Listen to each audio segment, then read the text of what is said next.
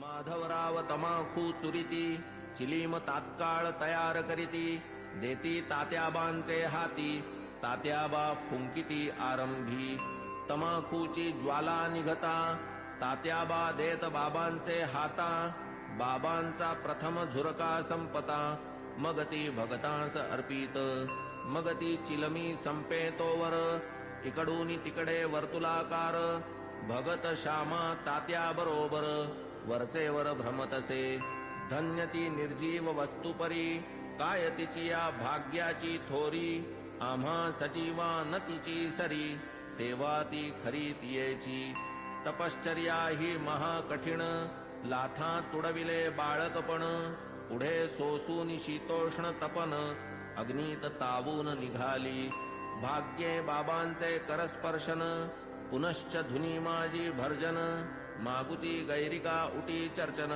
मुखचुंबन तैलाधे असो कर्पूर केशर चंदन करीती उभय हस्ता विलेपन गळा सुमनमाळा घालून गुच्छावघ्राणन करविती सदा जयाचे सुहास्य वदन अति सप्रेम सदय अवलोकन तयास काय शृंगाराभिमान राखिला हा मान भक्तांचा जया अंगी भक्तीची लेणी शृंगारिला जो शांतीभूषणी तया या लौकिकी माळामणी अलंकरणी काय होत की जो वैराग्याचा पुतळा तयास किमर्थ पाचूंच्या माळा परी अर्पिता ओढवी गळा भक्तांचा सोहळा पुरवितो स्वर्ण पाचू दिव्यहार गळा विराजती मुक्तासर अष्टाष्ट षोडश जयांचे पदर अभिनव पुष्कर मिश्रित जाई जुई तुलसी माळा आपाद जयाचे रुळती गळा मुक्तकंठा कंठनाळा मिरवी झळाळा अपूर्व सवे पाचूचा हेमहार सुवर्ण पदक हृदयावर निढळी श्याम तिलक सुंदर अतिमधुर शोभा दे तयास काय म्हणावे फकीर भासे सतेज वैष्णव प्रवर वरी डोलती छत्र चामर शेला जरतार श्री शोभे बहुधा जोग प्रेम निर्भरी मंगल वाद्यांची या गजरी पंचारती घेऊन करी बाबांवरी ओवाळीत पंचोपचार पूजा समेत घेऊन पंचारत घवघवीत निरांजन कर्पूरवात ओवाळीत बाबांस मग ही आरती जेव्हा संपत एक एक सकळ भक्त बाबांस करोनी साष्टांग प्रणिपात निघून जात घरोघर चिलीम अत्तर गुलाब पाणी देऊनी बाबांची अनुज्ञा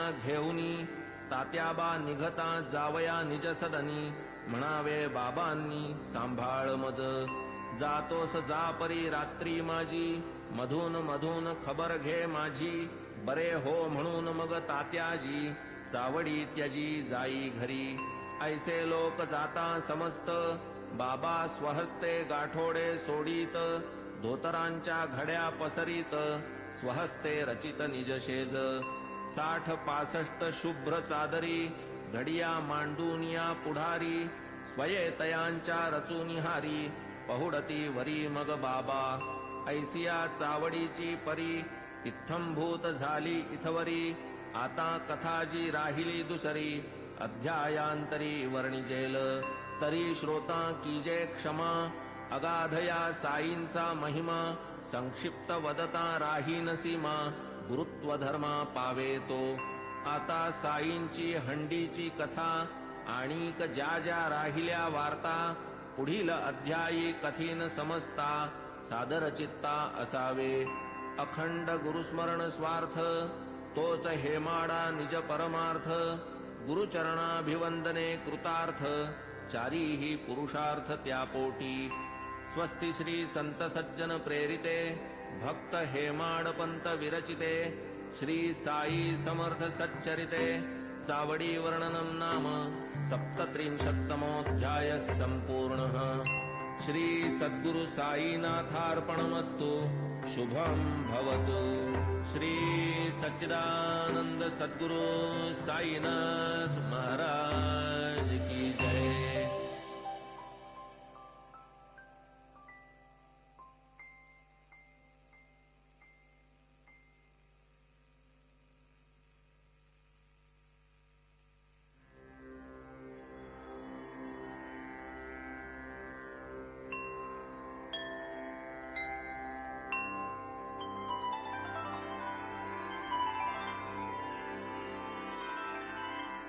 अथ श्री साई सच्चरित अध्याय 38. श्री गणेशाय नमः. श्री सरस्वत्याय नमः. श्री गुरुभ्यो नमः. श्री कुलदेवताय नमः. श्री सीतारामचंद्राभ्यां नमः. श्री सद्गुरु साईनाथाय नमः. सकल जगदानंदकरा भक्तेष्ट संपादन तत्परा चरणाश्रित त्रितापहरा नमन गुरुवरा तव पाया प्रणतपाला परम उदारा शरणागत भक्तोद्धारा करावया लोकोपकारा त्वा अवतारा धरियेले. जय जयाजी द्वैत दलना जय जयाजी भक्त मनमोहन जय जयाजी भवापहरण जय करुणा घन गुरुराया. कोठील भाग्य आले फळा जेणे हे चरण पाहिले डोळा भोगिला समागम सुख सोहळा गेली ती वेळा परती नये.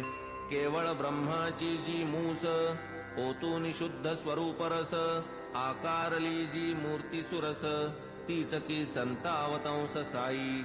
साई तोची आत्माराम तोची पूर्णानंद धाम स्वये अवाप्त सकल काम करीत निष्काम भक्तांस. जो सर्वधर्म विधारक ब्रह्म क्षात्र तेज एक तया सह मृत्यूचा घोटक लक्षण हे त्रोटक जयाचे. जन्म मरणादि संबंध तोडी तडतडा जो हे बंध तया मी जड अंध साष्टांग वंदन करीतसे. गताध्यायी अति आवडी वर्णिली साईनाथांची चावडी आता ये अध्यायी हंडी परिसा अखंडित सुखदायी. तान्हे बाळ खाऊ जाणे काय खाऊ ते ते नेणे दूध वा कवळ लावूनी भरवणे काळजी ही घेणे मातेने. तैसीच माझी साई माता लेखणी लेववूनी माझी ए हाता लिहवूनी घेई हा प्रबंध आयता आवडी निज भक्ता कारणे. युगायुगाचे सिद्ध साधन मानव धर्मशास्त्री वचन कृती तप त्रेती ज्ञान द्वापरी यज्ञ दान कली. सदा सर्वदा दान धर्म क्षुधा शांती परमवर्म अन्नदान नित्यनेम कर्मात कर्म हे आद्य. होता 2 प्रहरचे 12 अन्नावीण जीव घाबरा जैसे आपण तैसेच इतरा जाणील अंतरा तोची भला. आचार धर्मा माझी प्रधान अग्रगण्य अन्नदान पाहू जाता तयाहून काही न आन श्रेष्ठत्वे. परब्रह्म स्वरूप अन्न त्यातून भूते होती निष्पन्न अन्नची जीवे जगाया साधन अन्नांतर्लीन अवसानी. वेळी अवेळी येता अतिथी अन्नदाने सुखवावा गृहस्थी अन्नावीण जे माघारा लाविती अचूक दुर्गती आमंत्रिती. वस्त्र पात्रादिदानी विचार अन्नदानी नलगे आधार कोणी कधीही येवो दारावर बरवान अनादर तयाचा. ऐसी अन्नदानाची महती एतदर्थ प्रमाण श्रुती म्हणून बाबा ही अन्न संतर्पिती लौकिकरीती आचरिती. पैसा अडका इतर दान अपूर्ण अन्नदानावीण कायसे उडुगण शशी विहीन शोभे का पदकावीण हार. षड्रसांनी जैसे वरान्न पुण्यात पुण्य अन्नदान शिखर शोभेन कळसावीण कमलविहीन सरतैसे. भजन जैसे प्रेमावीण कुंकुमावीण सुवाशीण सुस्वरावीण गाण्याचा शीण तक्र अलवण अस्वादू.